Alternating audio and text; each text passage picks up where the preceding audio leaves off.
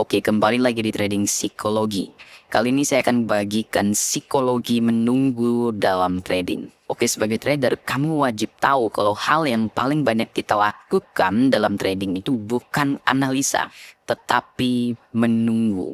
Oke, sebelum lebih jauh, silakan subscribe terlebih dahulu. Saya kira sudah di-subscribe dan saya harap sudah di-subscribe. Oke, kita langsung aja. Jadi semua trader wajib tahu tadi bahwa hal yang paling banyak kita lakukan dalam trading itu bukan analisa, tetapi menunggu. Apa itu menunggu? Menunggu itu artinya diam, tidak melakukan apa-apa. Tetapi justru dengan diam, tidak melakukan apa-apa, justru ini menjadi semakin susah, bukan semakin mudah. Karena apa? Karena human nature. Oke, pernahkah kamu menunggu seseorang, misalnya dosen, mungkin ada janjian, atau pasanganmu? Oke, pertanyaannya apakah waktu kamu nunggu itu jadi mudah ya? Iya, mudah kalau dia datang tepat waktu, tapi bagaimana kalau tidak? Nah, sebagai human, kita tuh punya kecenderungan untuk berpikir lain, untuk berprasangka. Oh, mungkin terjadi sesuatu dengan dia di jalan. Oh, jangan-jangan dia nggak datang. Oh, jangan-jangan dia ada kesibukan lain. Dan simple, tetapi itu sungguh mengganggu. Makanya biasanya kalau ada yang lambat datang dan sebagainya, itu tuh udah ganggu banget. Tapi dalam trading bagaimana sih menunggu itu dan apa dampaknya? Oke, kita mulai dulu dengan data. Kalau dalam trading itu, waktu yang kita perlukan untuk analisa cuma 20%. Waktu yang kita perlukan untuk beraktivitas, untuk menganalisa itu cuma 20%. Itu udah termasuk entry posisi, tentukan stop loss dan TP, dan sebagainya. Sementara yang 80% waktu itu kita gunakan untuk menunggu, untuk diam, untuk tidak melakukan apa-apa. Tetapi sebagai human, itu tidak mudah bagi kita. Itu tidak mudah bagi trader. Sehingga hal menunggu dalam trading menjadi hal yang begitu penting sekaligus menjadi hal yang begitu sulit. Oke, hal-hal apa saja yang perlu kita tunggu di market?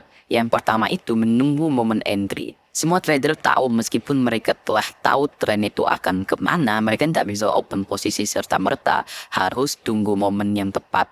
Misalnya market akan naik gitu. Kita kan tidak bisa langsung buy, kita perlu tunggu momen mungkin agak turun sedikit, baru buy gitu. Tetapi itu perlu ditunggu. Nah, waktu menunggu inilah psikologi sebagai human kita ini bereaksi. Kita yakin bahwa market akan naik ke atas. Sebelum market naik ke atas, market akan turun terlebih dahulu sebelum melanjutkan kenaikannya. Kebanyakan trader akan mikir gini, kalau saya tahu market akan turun dulu, baru naik. Kenapa saya tidak sell dulu? Nanti udah di bawah, baru buy. Supaya untungnya double kan. Itu logikanya masuk, tetapi itu tidak tepat. Kenapa itu bisa ada? Kenapa itu bisa terfikirkan? Karena menunggu. Jadi dengan menunggu, dengan diam, dengan tidak melakukan apa-apa, sebenarnya ada banyak pikiran-pikiran, asumsi-asumsi yang sebenarnya bisa merusak trader kalau tidak dikontrol. Kita kembali ke contoh tadi, market contohnya kita yakin akan naik ke atas. Sebelum naik ke atas dia turun dulu. Lebih baik kita sell dulu supaya dapat untung, dapat profit. Setelah dia sampai di bawah kita buy, profit 2 kali double gitu. Itu kalau dia turun dulu. Bagaimana kalau market langsung naik tidak turun-turun? Habislah kita. Kalau udah satu aja rugi, psikologi itu akan ganggu. Kita berusaha balas dendam mungkin. Yang jelas setelah itu apa yang kita lakukan tuh udah kawan kabut. Udah tidak terkontrol lagi. Makanya kalau analisa waktu market akan buy, ya tunggu momen. Kalau dia nggak turun ya langsung buy. Tapi kalau dia harus turun dulu, ngapain sell dulu? Ngapain sell? Jangan sell, karena market akan naik. Meskipun dia turun dulu, ya tunggu aja dia turun. Jangan ganggu, diam, tunggu. Sampai dia mau naik, baru buy. Jangan sell. Oh, ini kan short sell, tinggal pasang lot yang sedikit besar. Untungnya sama itu, katanya gitu. Itu kacau.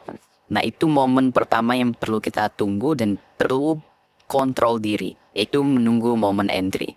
Nah, yang kedua itu menunggu hasil entry. Nah, jadi setelah kita analisa semua, kita tentukan TP di mana, stop loss di mana, kita entry, kita masuk market. Yang perlu kita lakukan selanjutnya, kembali lagi kita menunggu. Nah, di sini tuh godaan banyak pikiran-pikiran, asumsi-asumsi, prasangka-prasangka masuk dalam pikiran trader. Sama kayak kamu menunggu pacarmu, sama kayak kamu menunggu dosenmu tadi. Kelihatannya mudah, tinggal nunggu, duduk doang, tenang, gak lakuin apa-apa. Tapi itu ganggu banget. Misalnya market kita prediksi akan naik. Lalu kita buy. Stop loss sudah kita tentukan. TP sudah kita tentukan. Floating profit sudah berjalan. Floating profit sampai ke tengah. Lalu market membuat sebuah volatilitas. Nah, itu udah ganggu itu. Wah, market sepertinya udah mau turun nih. Bagaimana kalau dia turun? Lalu saya nggak jadi untung. malah jadi rugi, tetapi profitnya udah lumayan nih, udah setengah gitu. Jadi kayak nunggu orang tadi nggak punya kepastian nih. Sebenarnya yang alasannya juga nggak jelas. Harusnya tunggu aja dong, tunggu aja sampai tabrak TP-nya. Kalau dia buat volatilitas ya mungkin dia turun sampai BP naik lagi. Tapi banyak trader tuh nggak terima kayak gitu. Floating baru setengah, market buat volatilitas udah ketakutan. Daripada saya nggak untung sama sekali, saya cut profit di sini. Ujung-ujungnya apa? Ujung-ujungnya money manajemennya hancur. Risk rewardnya berantakan, beda-beda di setiap trade. Jadi menunggu itu bukan hal yang mudah, karena waktu menunggu banyak pikiran yang akan menyerang kita.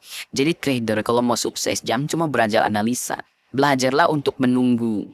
Belajarlah untuk kontrol menunggu. Karena menunggu itu 80%. Analisa itu cuma 20%. Jadi bisa analisa, nggak bisa nunggu, kacau.